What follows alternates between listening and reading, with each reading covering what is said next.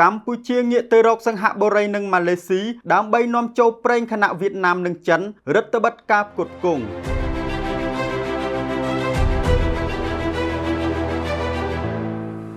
យោងតាមការចុះផ្សាយរបស់ទីភ្នាក់ងារសារព័ត៌មាន Reuters បានឲ្យដឹងថាកម្ពុជាកំពុងបង្កើនការនាំចូលប្រេងឥន្ធនៈពីអ្នកផ្គត់ផ្គង់ក្នុងប្រទេសសិង្ហបុរីនិងម៉ាឡេស៊ីដើម្បីបង្ក្រប់ការខ្វះខាតនៃការផ្គត់ផ្គង់ពីប្រទេសវៀតណាមនិងចិនខណៈដែលសង្គ្រាមរវាងសហរដ្ឋអាមេរិកអ៊ីស្រាអែលនិងអ៊ីរ៉ង់កំពុងធ្វើឲ្យប៉ះពាល់ដល់ការផ្គត់ផ្គង់ប្រេងជាសកលឯកឧត្តមកែវរតនៈរដ្ឋមន្ត្រីក្រសួងរាយនឹងធម្មពលបានបញ្ជាក់ថាទោះបីជាកាលពីសប្តាហ៍មុនមានស្ថានីយ៍ប្រេងឥន្ធនៈប្រហែល 1/3 ក្នុងប្រទេសបានបិទទ្វារដោយសារភាពមិនប្រកបប្រជានៃតម្លៃប៉ុន្តែបច្ចុប្បន្នស្ថានភាពបានធូរស្រាលដោយមានស្ថានីយ៍ត្រឹមតែ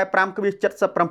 ប៉ុណ្ណោះដែលនៅបន្តបិទការរដ្ឋបတ်ការនាំចេញពីសំណាក់ប្រទេសវៀតណាមនិងចិនរួមទាំងការបញ្ឈប់ពាណិជ្ជកម្មប្រេងជាមួយថៃបន្ទាប់ពីមានចំនួនប្រដាប់អាវុធកាលពីខែកក្កដាបានធ្វើឲ្យកម្ពុជាត្រូវស្វែងរកប្រភពផ្គត់ផ្គង់ថ្មីដោយសារប្រទេសទាំងនេះធ្លាប់ជាប្រភពនាំចូលដ៏ចម្បងទោះជាយ៉ាងណាឯកឧត្តមរដ្ឋមន្ត្រីបានអះអាងថាកម្ពុជានៅតែមានភាពជាដៃគូរឹងមាំជាមួយក្រុមហ៊ុនសកលដូចជា Total និង Chevron ដែលជួយកាត់បន្ថយហានិភ័យនៃកង្វះខាតនេះបានមួយកម្រិតទិន្នន័យពី Kpler បានបង្ហាញថាការនាំចូលសាំងនិងម៉ាស៊ូតពីសិង្ហបុរីនិងម៉ាឡេស៊ីក្នុងខែនេះមានការកើនឡើងគួរឲ្យកត់សម្គាល់បើធៀបនឹងរយៈពេលដូចគ្នាកាលពីឆ្នាំមុនក្រៅពីការដោះស្រាយបញ្ហាចំពោះមុខកម្ពុជាក៏កំពុងសម្លឹងមើលការធានាសន្តិសុខធម្មពលរយៈពេលវែងតាមរយៈការចរចាជាមួយក្រុមហ៊ុន Woodside Energy របស់អូស្ត្រាលីដើម្បីនាំចូលឧស្ម័នធម្មជាតិរាវសម្រាប់រោងចក្រអគ្គិសនីថ្មីដែលនឹងចាប់ផ្ដើមដំណើរការនៅឆ្នាំក្រោយឯកឧត្តមកែវរតនៈក៏បានសង្កត់ធ្ងន់ផងដែរថាការអភិវឌ្ឍធម្មពលកើតឡើងវិញ